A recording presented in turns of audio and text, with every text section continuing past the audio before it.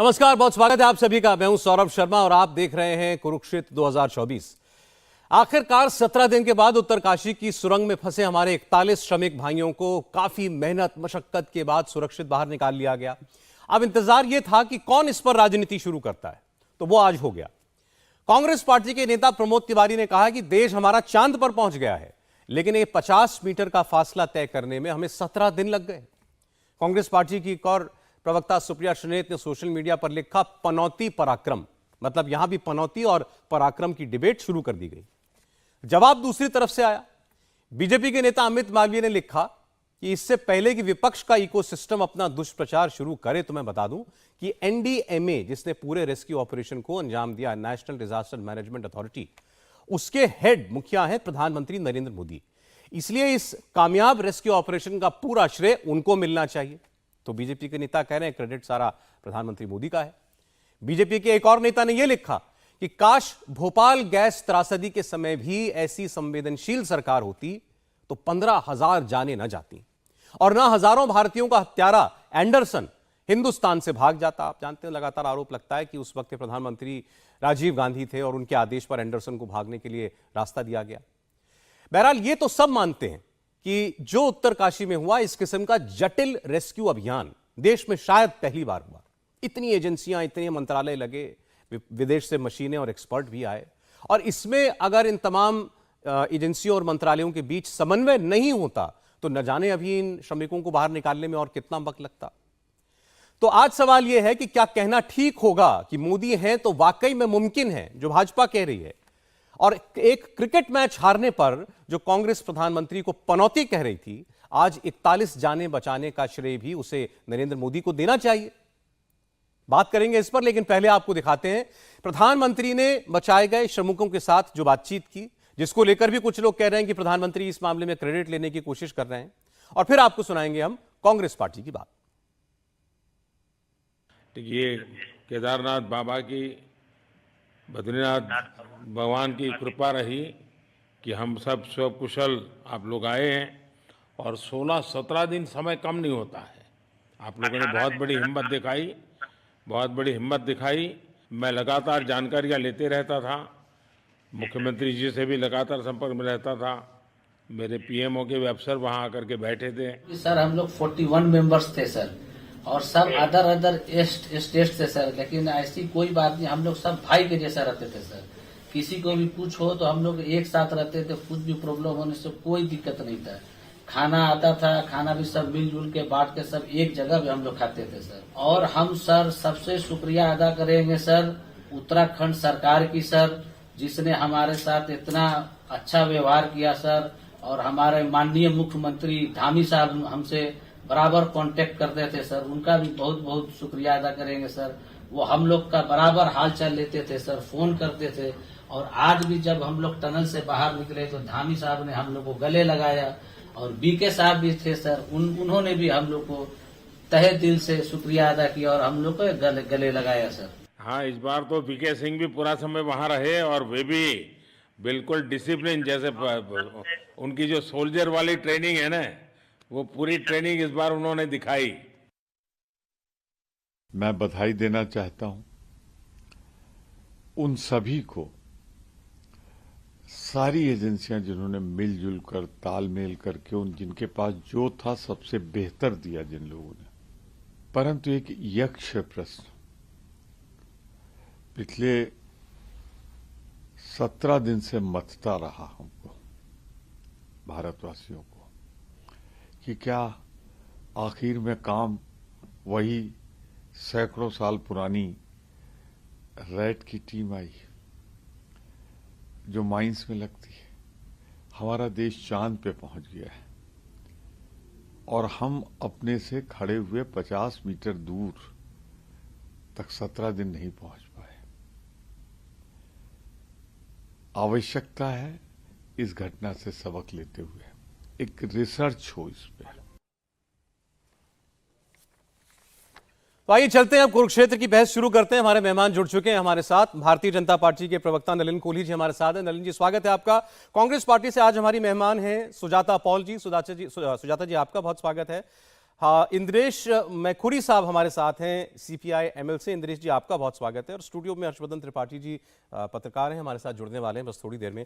नलिन कोहली जी, प्रधानमंत्री की बातचीत भी हमने दिखाई दर्शकों को। कांग्रेस पार्टी के नेता प्रमोद तिवारी की बात भी, जो ये पूछ रहे हैं कि चांद तक पहुंच गए हम, लेकिन 17 दिन लग गए हमको मजदूरों तक पहुंचने में जो सुरंग में फंसे हुए थे, और पहुंचे भी तो उस पद्धति से जो भारत में बैन है, जिसको हम लोग कहते हैं रैट माइनर्स, उनके जरिए। ये सवाल उन्होंने उठाया। इससे पहले कांग्रेस पार्टी ने ये भी एक एक्स पर पोस्ट करके लिखा था, कुछ कैमरे वगैरह लगवाइए तो हो सकता है साहेब के दर्शन हो जाएं उत्तरकाशी में।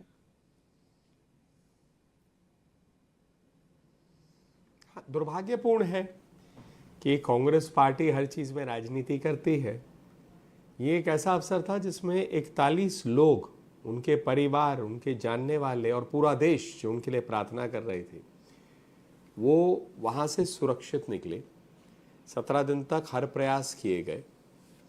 एक पहाड़ में जो फंस गए थे, वहाँ से निकालने के लिए जितनी एजेंसीज हैं, प्रधानमंत्री कार्यालय, वहाँ से पूरा देखते हुए agencies, national disaster management, Uttarakhand सरकार, सब लगे मिलकर। लेकिन कांग्रेस पार्टी जो है राजनीति में करने में लगी हुई है। अब प्रमोद जी के बयान को ही देख ले, चांद भी मोदी जी की सरकार के चलते हुए ही इसरो ने मंगलयान हो, चंद्रयान हो, चांद तक पहुंचने वाला काम भी जो है सब मोदी जी की सरकार ने किया।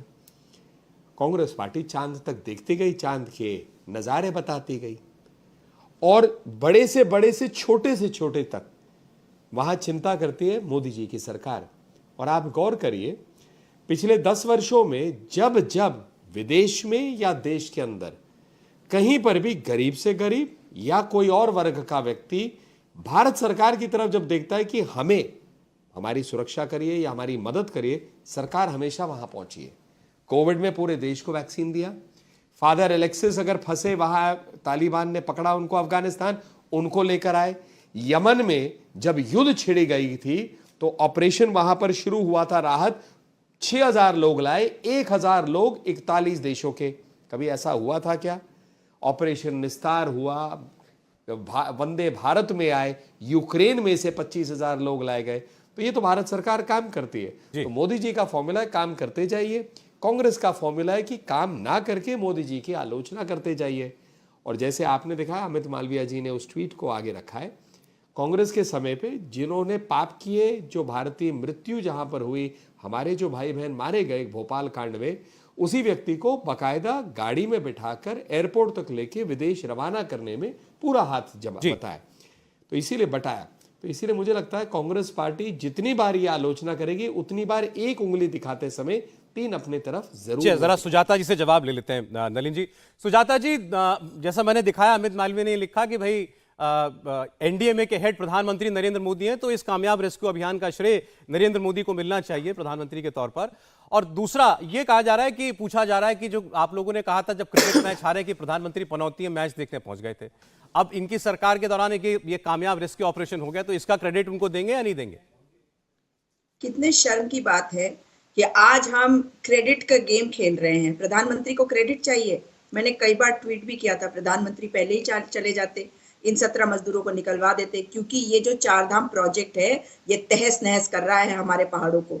मैं उत्तराखंड से आती हूँ, जैसे इंद्रेश मैखुरी जी भी उत्तराखंड से आते हैं, इसलिए नलिन कोहली जी को हमारे दर्द का अंदाजा कहाँ होने वाला है। आपको बता दूं कि कैरिंग कैपेसिटी को देखा जाना चाहिए और तब कोई योजना बनाई जानी चाहिए। लेकिन जिस तरह से ब्लास्टिंग हो रही है, साल के शुरुआत में जोशीमठ की घटना हुई, भूदशा हुआ, तब भी टनल की बात आई। 2021 के फरवरी में तब भी एक टनल था जिसके अंदर 200-250 लोग फंसे और उनके शव 1.5 साल तक निकाले जा रहे थे। 4 धाम प्रोजेक्ट जो है वो करीबन 900 किलोमीटर का प्रोजेक्ट है, जिसको एनवायरमेंट इंपैक्ट असेसमेंट से बचने के लिए 53 परियोजनाएं में डिवाइड कर दिया गया। तो इसका मतलब है कि जो कुछ हुआ है उसकी जिम्मेदारी भी प्रधानमंत्री जी को लेनी होगी। और निश्चित तौर पे एनडीए में हो या कोई भी उनकी भारतीय जनता पार्टी की सरकार है तो उनको क्रेडिट जाएगा। लेकिन अगर ये क्रेडिट लेना है तो इस बात का क्रेडिट भी लेना पड़ेगा कि जहां पे ये सुरंगें नहीं बनाई जानी चाहिए थी वो उन्होंने बनाई। और आखिरी बात कह रही हूं, जनरल वीके सिंह यहाँ पे आए थे, नितिन गडकरी यहाँ पे आए थे, वो ये कह के गए हैं कि ये जो पहाड़ हैं ये कच्चे पहाड़ हैं, कम उम्र के पहाड़ हैं और ये मिट्टी और पत्थर के बने हुए, चट्टान के बने हुए नहीं है। तो इसका मतलब है कि आपने उसको ठीक से देखा ही नहीं, उसके अंदर से ह्यूम पाइप निकाल दिया, उसके अंदर एस्केप टनल नहीं बनाया गया। इसका मतलब ये है कि अब हमें दोबारा इसको देखना होगा, बात यहाँ खत्म नहीं हो जाती। क्रेडिट लेना है, प्रधानमंत्री जी को तो आदत है क्रेडिट लेने की, लीजिए क्रेडिट, मगर 4 धाम योजना के तहत 66 से भी ज्यादा टनल बन रहे हैं, उनको रोका जाए ताकि और जिंदगियां हम ना खोएं। ठीक है, मैं आपकी बात का जवाब लेता हूं, लेकिन अभी आपने जो शुरुआत में कहा कि हम तो कह रहे थे कि मोदी जी वहां चले जाएं तो ये लोग पहले निकाल लिए जाते, प्रधानमंत्री नरेंद्र मोदी को साइट पे जाना चाहिए था, आपका कहना है? देखिए, मैं ये मानती हूं कि प्रधानमंत्री जी की तरफ से एक ट्वीट नहीं आया, एक संवेदनशीलता का बयान नहीं आया। और हमारे 12 तारीख यानी कि दिवाली वाले दिन, भाई बहुत हिंदू बनते हैं ना, तो एक गेजेटेड हॉलिडे, वो भी दिवाली वाले दिन ये मजदूर अंदर काम क्यों करवाए जा रहे थे? आज तक कोई एफआईआर क्यों नहीं दर्ज हुई? अगर प्रधानमंत्री हस्तक्षेप करते, वो देश के प्रधानमंत्री है, वो भाजपा के प्रधानमंत्री नहीं है, अगर हस्तक्षेप करते तो निश्चित तौर पर एफआईआर दर्ज हो चुकी होती है, आज तक नहीं हुई है। ये बताएं ना भारतीय जनता पार्टी के प्रवक्ता की क्यों नहीं हुई, नवयुगा कंपनी के खिलाफ या एनएचआईडीसीएल के खिलाफ। अगर आज लोग वहां पे फंसे थे, उनमें से एक व्यक्ति के बारे में और बता देती हूँ, झारखंड के पूर्वी सिंहभूम के एक व्यक्ति हैं जिनका नाम है भक्तू मुर्मू, उनके पिताजी की मृत्यु हो गई अपने बेटे के इंतजार में, उसकी भरपाई कर पाएंगे प्रधानमंत्री जी? इसके बारे में कोई क्यों नहीं बात कर रहा? आपने कहा इस पूरे क्राइसिस के दौरान प्रधानमंत्री नजर नहीं आए, प्रधानमंत्री की तरफ से कोई पोस्ट नहीं आया जिसमें उन्होंने इनका जिक्र किया हो, वहां उनको जाना चाहिए था। आपने ये भी कहा कि अगर क्रेडिट लेना है रेस्क्यू करने का तो हादसा हुआ, इसका भी श्रेय उनको लेना चाहिए, इसकी भी जिम्मेदारी उनको लेनी चाहिए। नलिन कोहली जी जवाब देना चाह रहे हैं आपको। पहली बात, प्रधानमंत्री कार्यालय से अति प्रमुख जो वहाँ हैं, principal secretary to prime minister, वो वहाँ गए थे। मतलब प्रधानमंत्री कार्यालय के साथ इस बात को मत भूलिए कि प्रधानमंत्री स्वयं नेशनल डिजास्टर मैनेजमेंट अथॉरिटी के प्रेसिडेंट हैं, अध्यक्ष हैं, तो ये काम वहाँ से हो रहा था, पहली बात। दूसरी बात, उन्होंने कहा कि प्रधानमंत्री जी को इसके लिए दिक्कत के लिए भी माननी चाहिए कि वहाँ पहाड़ कैसे गिरे। तो उतनी श्रेय की जहाँ तक बात हो रही है, तो कांग्रेस पार्टी की पहाड़ों को लेके सोच बताते हैं। देश के जो रक्षा मंत्री थे एंटोनी साहब, उन्होंने कहा भाई हमें सड़क पहाड़ में नहीं बनाने चाहिए, नहीं तो चीन की सेना हमारे यहाँ आ जाएगी। ये अलग अलग सोच है भाई, कांग्रेस पार्टी की सोच थी काम नहीं करना चाहिए भाई, निजी काम होए क्यों करना है, देश की चिंता हो जाती है। तो उनकी सोच एक अलग है, मोदी जी की सरकार की सोच एक अलग है। भाई कांग्रेस के समय में रोड्स बनते थे 3 से 5 किलोमीटर प्रतिदिन, मोदी जी के समय पे 25 से 35 किलोमीटर प्रतिदिन। उसी रोड पे गरीब सब लोग जाते हैं। फिर आई बात दिवाली पे क्यों काम कर रहे थे? सौरभ भाई, दिवाली हो, होली हो, ईद हो, क्रिसमस हो, मीडिया में कोई अपना काम कर रहा है, पुलिस में कोई अपना काम कर रहा है, डॉक्टर कोई कर रहा है, सफाई के लिए जो हमारे कर्मचारी आते हैं वो काम कर रहे हैं। इसेंशियल सर्विसेज डिक्लेयर होते हैं, इसेंशियलिटी के आधार पे काम चलता है देश में, समझ कम है क्योंकि काम छोड़ते नहीं है। ठीक है, सिर्फ वही संस्था जो काम करना नहीं जानती या काम करना नहीं चाहती राजनीतिक रूप से, जैसे कांग्रेस पार्टी, तो उनकी जो है सोच एक अलग होती है कि बंद करो, क्यों नहीं कर रहे थे, एफआईआर क्यों नहीं किया, किसने रोका था भ्रष्टाचार के खिलाफ एफआईआर करने के लिए? बहुत हो सकते एक बार सुजाता जी का जवाब और ले लें, फिर मैं बाकी दोनों मेहमानों को चर्चा में लाता हूं, मैपुरी साहब को और हर्षवर्धन जी। जरूर प्रधानमंत्री को क्रेडिट जाएगा, लेकिन प्रधानमंत्री की जिम्मेदारी है। जिस सड़क की बात कर रहे हैं ना, ये सड़क कई गुना नहीं बनी है, ये सड़क के केवल चौड़ीकरण का प्रोजेक्ट है। नलिन कोहली जी को जाके पढ़ लेना चाहिए, समझ कम है आपकी। जो लोग वहां काम कर रहे थे उनको श्रम कानूनों के तहत श्रम डिपार्टमेंट में उनका रजिस्ट्रेशन होना चाहिए था। क्या उनका रजिस्ट्रेशन इनॉग्रेशन हुआ था। और सड़क परियोजना की आप बात कर रहे हैं, तो यहाँ पे अगर टनल बनाए जा रहे हैं तो सोच समझ के, पर्यावरण के साथ खिलवाड़ नहीं होना चाहिए। कैरिंग कैपेसिटी होती है, उसकी तरफ भी ध्यान दिया जाना चाहिए था। बिना कैरिंग कैपेसिटी के आपने सड़क के अंदर टनल खोद दिया। आपको मालूम है जो 17 तारीख को एक रिपोर्ट जारी करी थी अधिकारियों ने, उसमें लिखा हुआ था कि हम ऊपर का फ्लोरा फौना बर्बाद नहीं करना चाहते थे, इसलिए हमने सोचा सड़क के अंदर एक टनल बना दे। यही बता रहा है कि वो अपना बचाव करने के लिए कितना कमजोर तर्क दे रहे हैं। तो नलिन कोहली जी को कहिए कि सारे रिपोर्ट्स मंगवा ले जो इन लोगों ने बाहर दिए थे, तब जाके कोई बात कहे, बिना समझ के नहीं कहनी चाहिए। ठीक, हर्षवर्धन जी देखिए, हमने कई सारे जो सोशल मीडिया पोस्ट हैं कांग्रेस के, एक ही चीज कहूंगा सौरभ जी, एक मिनट, एक ही चीज कहूंगा। देखिए, मुझे ना व्यक्तिगत टिप्पणी करने की आदत नहीं है, और ये कांग्रेस के प्रवक्ताओं की आदत है, वो व्यक्तिगत करते रहे, इनको समझ नहीं है भाई। मैं जनता भाई प्रवक्ताओं के लिए है ये, तर्क आपके लिए रखूंगा, निजी जनता को टिप्पणी नहीं है। लगेगा कौन आपने समझ कहा वाले इससे हैं, मैं कौन आपको समझ के बिना है। चलें, ठीक है ना, मैंने इससे बचे तीन तो बार बेहतर ही व्यक्तिगत कह दिया, इनको समझ नहीं है, इनको समझ नहीं है। अरे भाई, मुझे सर्टिफिकेट और समझाने का या समझने का सर्टिफिकेट नहीं भाजपा चाहिए, के ना मैं देना प्रवक्ताओं को चाहता। समझ नहीं है। ठीक, बेहतर है। सुजाता जी, तर्कपूर्ण बहस हो, बस इतना ही चाहते हैं। हर्षवर्धन त्रिपाठी जी, देखिए जैसे मैंने बताया, कांग्रेस पार्टी की तरफ से प्रमोद जी पूछ रहे हैं, प्रमोद तिवारी जी, भाई 17 दिन लग गए आपको 50 मीटर सुरंग खोदने के अंदर, मलबा खोदने के अंदर, और वैसे हम लोग चांद तक पहुंच चुके हैं। सुप्रिया श्रीनेश जी लिख रही हैं पनौती पराक्रम। अभी सुजाता जी ने ये कहा है कि अगर क्रेडिट लेना है, जैसा अमित मालवीय लिख रहे हैं, एनडीए के हेड हैं प्रधानमंत्री, तो उनको इस रेस्क्यू ऑपरेशन का श्रेय मिलना चाहिए, तो फिर हादसा हुआ, इसकी जिम्मेदारी भी लेनी चाहिए। मुझे बड़ा आश्चर्य हो रहा है सौरभ जी, और आश्चर्य इसलिए हो रहा है कि पहाड़ को समझने का दावा करने वाले कांग्रेस की प्रवक्ता ये कह रही हैं।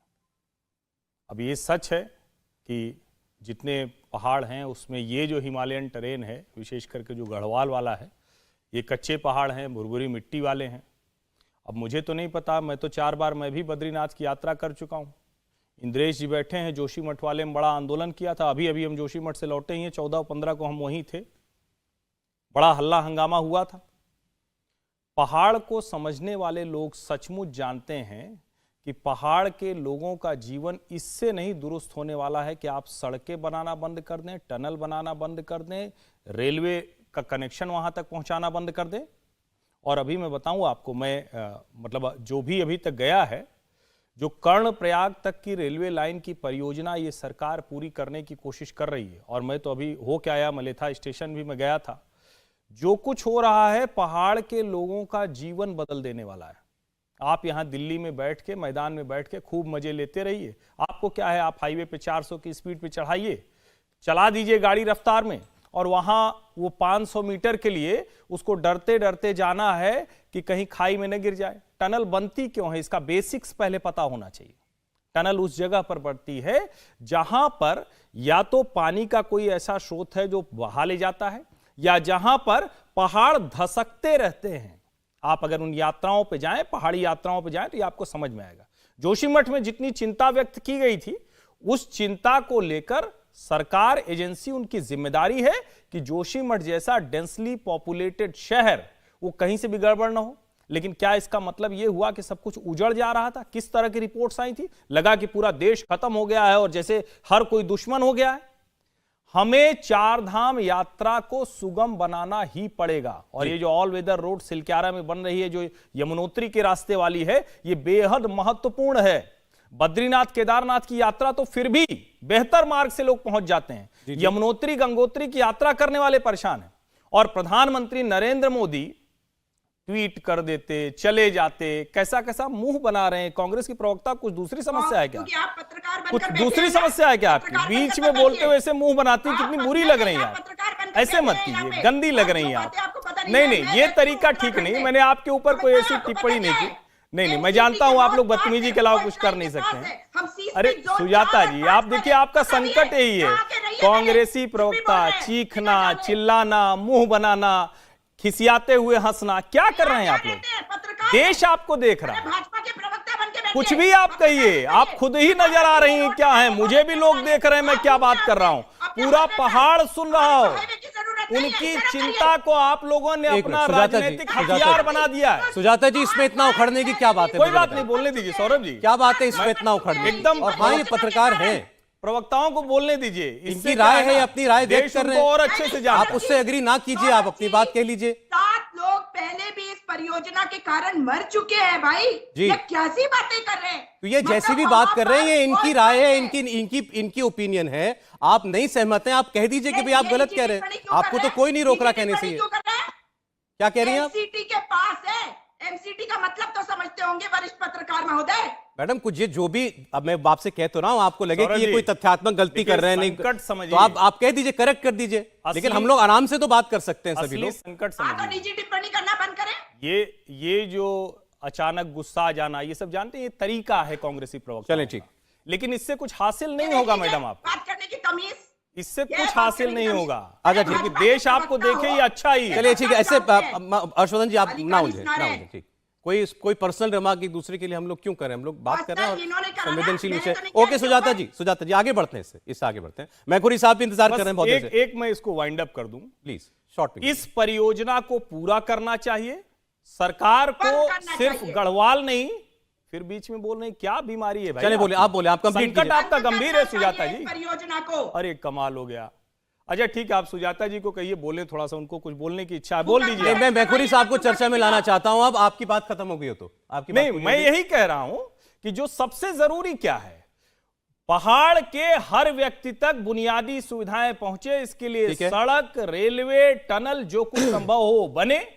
जितना बेहतर से बेहतर एक्सपर्ट के जरिए सेफ्टी ऑडिट कराना हो वो कराएं, जिस कंपनी की जिम्मेदारी तय करना हो करें। लेकिन कोई हादसा हो जाए तो सारा काम रोक देना है, देश रुक जाएगा, यह संभव नहीं है। अगर ठीक, ये ठीक, करना होगा तो फिर तो देश बड़ा पीछे चले जाएगा, और दुनिया का कोई ऐसा हिस्सा नहीं है जहां इंफ्रास्ट्रक्चर परियोजनाओं के वक्त मुश्किल All right, इंद्रेश मैखुरी साहब। उससे आगे बढ़ता है, और प्रधानमंत्री को इसका श्रेय देना चाहिए कि वो साहस के साथ इन परियोजनाओं को पूरा कर रहे हैं। इंद्रेश मैखुरी साहब, मैं जानता हूं मुझे काफी देर हुई आप तक पहुंचने में, लेकिन मुझे थोड़ा सा आप और संयम में रखें। मुझे 2-4 मिनट का एक ब्रेक लेना पड़ेगा। मैं उसके बाद आपके पास आ रहा हूं, आपसे मैं बहस की शुरुआत करूंगा। यहां जो बहस हुई, ये परियोजनाएं जिम्मेदार हैं जो सिलक्यारी का हादसा हुआ उसके लिए? क्या परियोजनाएं रोक देनी चाहिए? क्या वाकई ये सरकार पर्यावरण का ध्यान नहीं रख रही है? हादसा हुआ, कैसे हुआ, ये भी जानना चाहिए। कैसे बचाया गया, ये भी बताना चाहिए। इन सब पर आपकी राय एक छोटे से ब्रेक के बाद।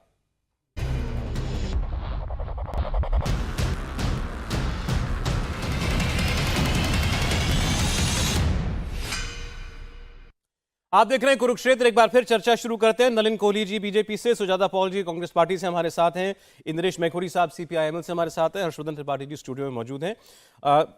मैखुरी साहब, आपने चर्चा सारी सुनी। यहां बहस हो रही है कि किसको क्रेडिट मिले, कौन हादसे की जिम्मेदारी लेगा, तमाम बातें। लेकिन इस सब के बीच मूल मुद्दा क्या है आपकी नजर से? देखिए, मूल मुद्दा तो है कि पहाड़ में जो इंफ्रास्ट्रक्चर डेवलपमेंट के काम हैं वो कैसे होंगे। तो इस मामले को लेकर के इस सड़क को एक तो ये समझना चाहिए कि कोई नई सड़क नहीं बन रही है, ये रोड वाइडनिंग प्रोजेक्ट है। इसको लेकर के 14 दिसंबर 2021 को सुप्रीम कोर्ट ने फैसला दिया कि इस सड़क को ग्रीन सिग्नल दे दिया। लेकिन उसी फैसले में जस्टिस डीवाई चंद्रचूड़ की बेंच ने उसी फैसले में लिखा कि अब तक जो काम इस सड़क पर हुआ वो खराब क्वालिटी का था। उसमें सुप्रीम कोर्ट ने एक हाई पावर कमेटी बनाई, और हाई पावर कमेटी में भी सरकार के जो ऑफिशियल्स थे और जो पब्लिक एक्सपर्ट्स थे, दोनों ने कहा कि इस सड़क पर काम बहुत अनसाइंटिफिक तरीके से, बहुत अनप्लान्ड तरीके से सड़क पहाड़ को काटने का काम हो रहा है।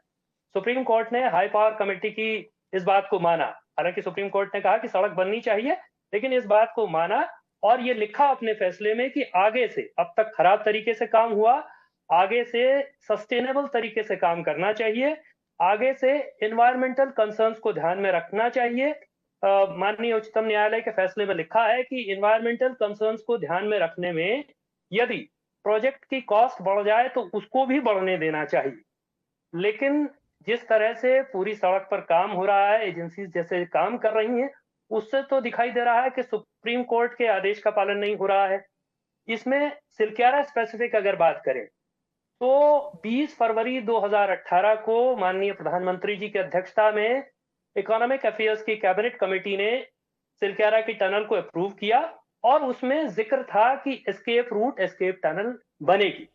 अब आप सोचिए कि ये काम करने वाली कंपनियां इतनी बड़ी हैं कि प्रधानमंत्री की तरफ से जारी आदेश के बावजूद कैबिनेट कमेटी है देश की इकोनॉमिक अफेयर्स की, प्रधानमंत्री उसकी अध्यक्षता कर रहे हैं, वो कह रहे हैं कि एसकेएफ रूट बनना चाहिए इसमें, और वो नहीं बना रही। तो इन कंपनियों पर किसका हाथ है, इन कंपनियों पर किसका वरदहस्त है? और आज के दिन पर जब ये रेस्क्यू ऑपरेशन हुआ है, उसके बाद हम ये कह रहे हैं, हम तो पहले दिन से ये कह रहे हैं कि भाई वो नवयुग इंजीनियरिंग कंपनी जो है वो इस तबाही के लिए जिम्मेदार है, वो खराब तरीके से काम कर रहे थे। और ये इकलौती बात नहीं है कि उनका यही ये खराब काम हो। अभी अगस्त के महीने में महाराष्ट्र में एक दुर्घटना हुई है जहां उन पर नवयुग इंजीनियरिंग कंपनी लिमिटेड पर 304 का मुकदमा दर्ज हुआ, 20 लोग मरे वहां। जी सर, तो जी उसके सर। बाद भी किसी ने नहीं सोचा कि भाई ये कंपनी कैसे काम कर रही है। और उनके पास यहाँ ऋषिकेश कर्णप्रयाग रेलवे लाइन का काम भी है। तो ये सब कंसर्न्स हैं, ये चिंताएं हैं कि पहाड़ में जब आप पहाड़ को बाकी जगह की तरह से ट्रीट करते हैं ठीक तो ठीक उसमें दिक्कत है। ठीक है सर। तो पहाड़ में एक मैं सड़क कैसे बनाएंगे, सुरंग कैसे बनाएंगे, वो सोचना पड़ेगा। वो कोहली साहब के पास जाते हैं सर। ठीक है, आपने जो बात कही सुजाता जी, काफी मुद्दे उठाए मुझे उन्होंने पूरा करने कि दीजिए। आज हम सब लोग खुश हैं। कहा राइट सर, राइट सर, मैं नलिन जी के पास जा रहा हूं। आज हम सब लोग खुश हैं कि हमारे 41 साथी जो है भाई लोग बच गए, लेकिन फिर हमको जाना पड़ेगा कि हादसा भी हुआ था, उसको तो नहीं भूल सकते। आरोप यह है बार बार कि सारे पर्यावरण पर पड़ने वाले प्रभावों को नजरअंदाज करके, इकोलॉजिकल कंसर्न्स को अनदेखा करके ये काम चल रहा था और कोई सवाल ना उठाए। सुजाता जी ने कहा, कांग्रेस पार्टी ने भी बात कही और कि भाई इस पूरे प्रोजेक्ट को कई हिस्सों में बांट दो ताकि इसका जो भी इफेक्ट पड़ रहा है उस पर वो बात सामने ना आ सके। नलिन जी थोड़ा इस पे सौरभ जी, क्योंकि मैं वकालत करता हूं, कोर्ट में अक्सर रहता हूं और एनवायरनमेंट के भी केसेस मैंने कई बार किए हैं, थोड़ा इसको ना थोड़ा सा हटके एक बार देखना चाहिए। बिल्कुल एनवायरनमेंट की जो चिंताएं हैं उसके लिए एक्ट भी है, एनजीटी भी है, और कोई प्रोजेक्ट होता है उसकी एनवायरनमेंट इम्पैक्ट को स्टडी ना केवल किया जाता है, उसको मद्देनज़र रखना भी ज़रूरी है और किया भी जाता है। इसीलिए होता है वो SIA, ये सब हमारे अलग अलग उसके एस्पेक्ट्स हैं, इम्पैक्ट असेसमेंट प्रोग्राम और ये सब। अब उसमें यहाँ के प्रोजेक्ट को लेके जो भी रिक्वायरमेंट्स है, अगर उसकी पूर्ति नहीं हुई या पूरा नहीं किया गया या उसमें कोई खामियां है, तो उसका जो इम्पैक्ट है, मतलब नेगेटिव इम्पैक्ट, वो उस प्रोजेक्ट प्रोपोनेंट पे पड़ेगा, उससे भाग नहीं सकते। थोड़ा अगर आप याद रखें तो ये प्रोजेक्ट के बाद भी आ जाती हैं बातें, क्योंकि इसमें ऐसे कोई लिमिटेशन नहीं होता अगर बहुत इम्पैक्ट बड़ा हो। जैसे पावर प्रोजेक्ट में कई बार होता है कि कोई एक ऐसी चीज़ हो जाती है वहाँ पे जो फिर बाद में वापस आ जाता है एनजीटी के सामने। तो मैं एक बात स्पष्ट करना चाहूँगा कि यहाँ पर कवर अप की गुंजाइश नहीं है, क्योंकि आप कवर अप करेंगे भी कैसे? किसी रूल का उल्लंघन आप करेंगे या किसी कमिटमेंट का उल्लंघन करेंगे तो थोड़ी ना देश के सारे लोगों को आप रोक सकते हैं। कोई ना कोई तो कोर्ट चले जाएगा, उस बात को रखेगा, और अक्सर रखा भी जाता है। तो ये जो एक आर्ग्यूमेंट किया जाता है, नहीं नहीं क्यों नहीं देखा गया, ऐसा क्यों नहीं हुआ, ये बहस के लिए अच्छी बात है, लेकिन प्रैक्टिकलिटी में जब नहीं होता है तो लोग कोर्ट चले जाते हैं, और अक्सर जाते हैं, रेगुलरली जाते हैं। इसीलिए 2021 तक बात गई। अब जैसे MLA साहब ने कहा, बड़े अच्छे से उन्होंने जानकारी दी, क्योंकि उस इलाके से है, समझते हैं। उन्होंने बताया 2021 के जजमेंट में ये चीज़ें, अब उस जजमेंट में जो कमियां हैं, अगर नहीं होगा तो उसकी खामियां जो जिम्मेदार व्यक्ति है, इस केस में अगर प्रोजेक्ट है, तो उनको जवाब देना पड़ेगा। आप नहीं भाग सकते इन चीज़ों से। ये होगी पहली बात। दूसरी बात, एक्सीडेंट्स 3 प्रकार से हो सकते हैं। नेग्लिजेंस, मतलब आपने लापरवाही की, इसीलिए तो उसकी क्रिमिनल केसेस भी बनते हैं, सिविल भी बनते हैं।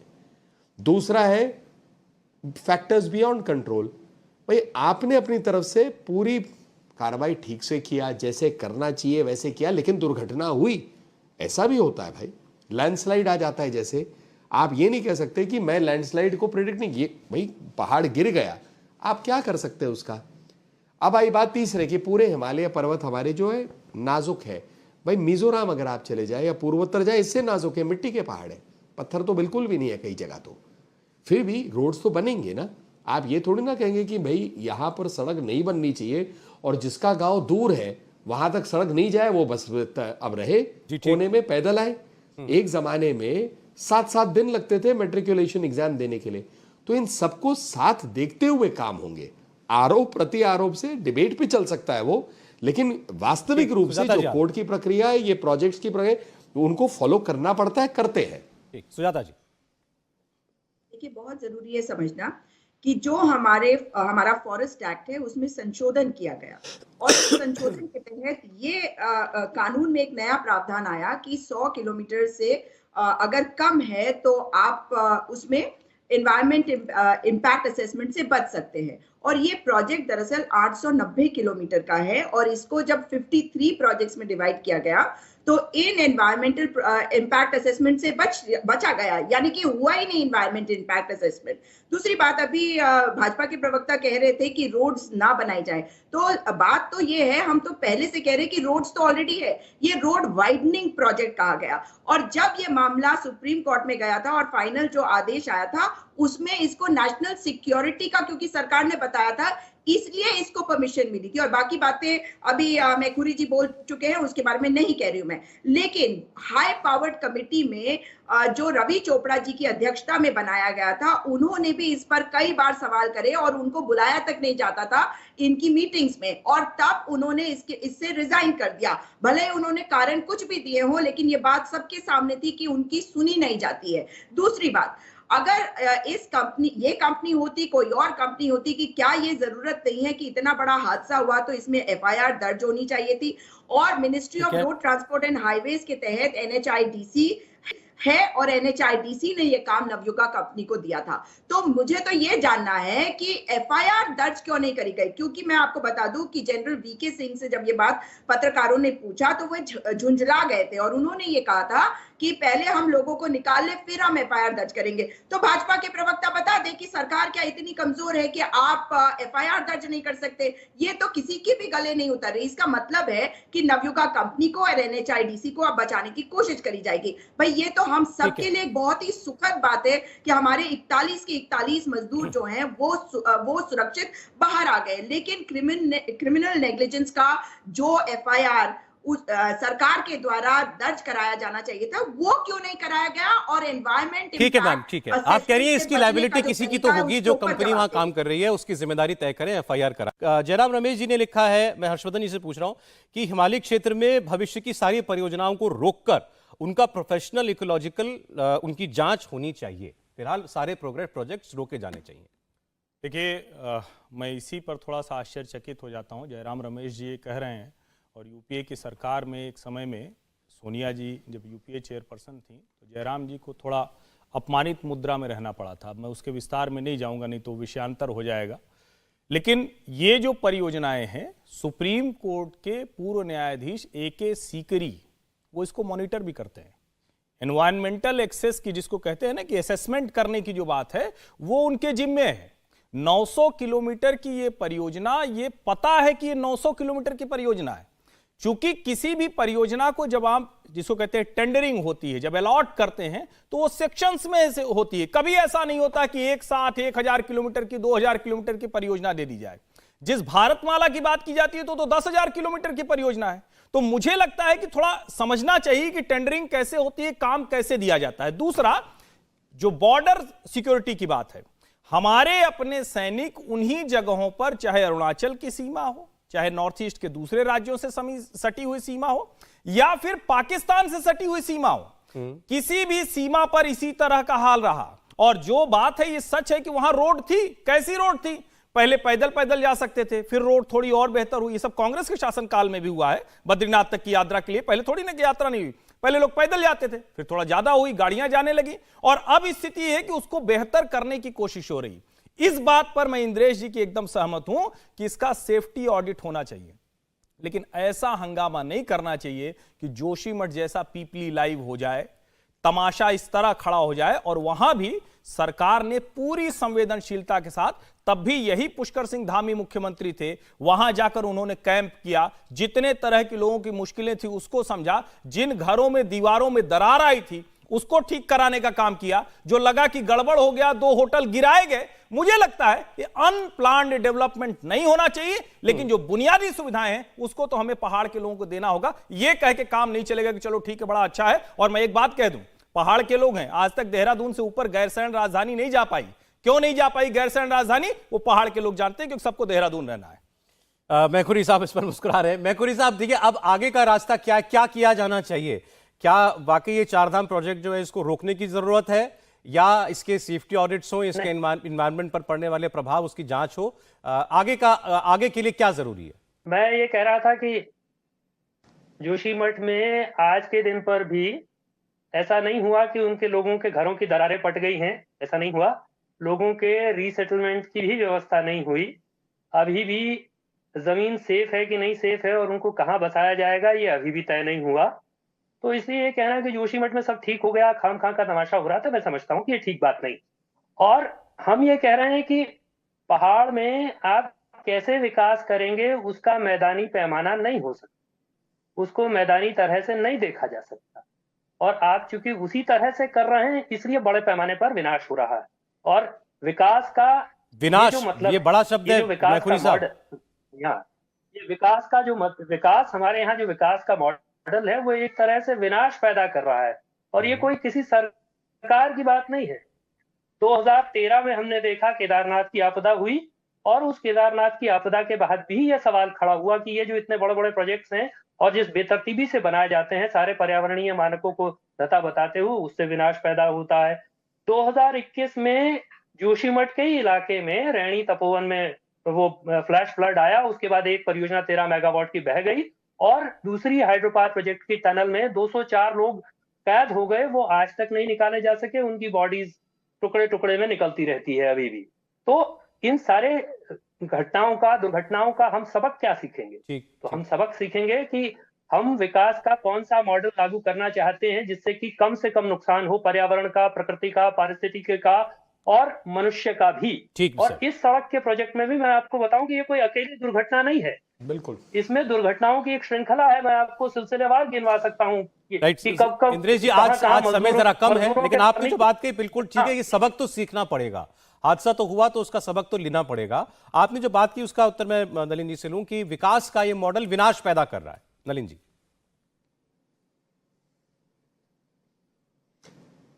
विकास का मॉडल विनाश का हो ही नहीं सकता, होना भी नहीं चाहिए। अगर आपको विकास करना है, पर्यावरण साथ रख के ही करना है, और यही इतने एक्ट्स है, फॉरेस्ट एक्ट है, एनजीटी एक्ट है, अलग अलग एक्ट्स है, उसकी यही तो एक मूल सोच है। ऐसा नहीं है कि पहली बार हो रहा है। सड़क पे दुर्घटनाएं होते तो उसका ये थोड़ी ना अर्थ है कि आप सड़क बनाना बंद कर देंगे। अगर आप हाईवे बना रहे हो, वहां पर लैंडस्लाइड होगी तो ये थोड़ी ना कहेंगे पहाड़ों में हाईवे नहीं होंगे।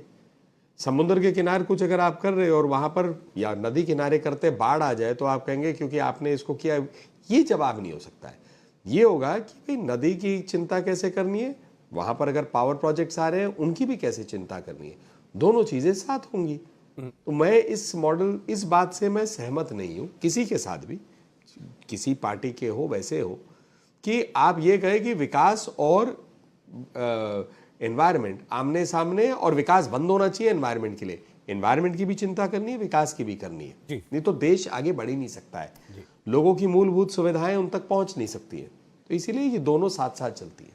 बहुत शुक्रिया। समय इतना था। नलिन कोहली जी, सुजाता पॉल जी, हर्षवर्धन त्रिपाठी जी, इंद्रेश मैखुनी साहब। ये अच्छी बात है कि हमारे सभी 41 श्रमिक सकुशल बाहर आ गए हैं, लेकिन ये भी ठीक है कि ये हादसा हुआ, इसकी गहन जांच होनी चाहिए, इसके पीछे जिम्मेदारी किसकी है ये भी तय होनी चाहिए। अगर इसमें कंपनी की कोई लापरवाही है तो वहां भी सुनिश्चित किया जाए, जो जिम्मेदार व्यक्ति है उसको उसकी लायबिलिटी सुनिश्चित हो, और ये सब तय वक्त में हो, ये भी हम लोगों को देखना होगा।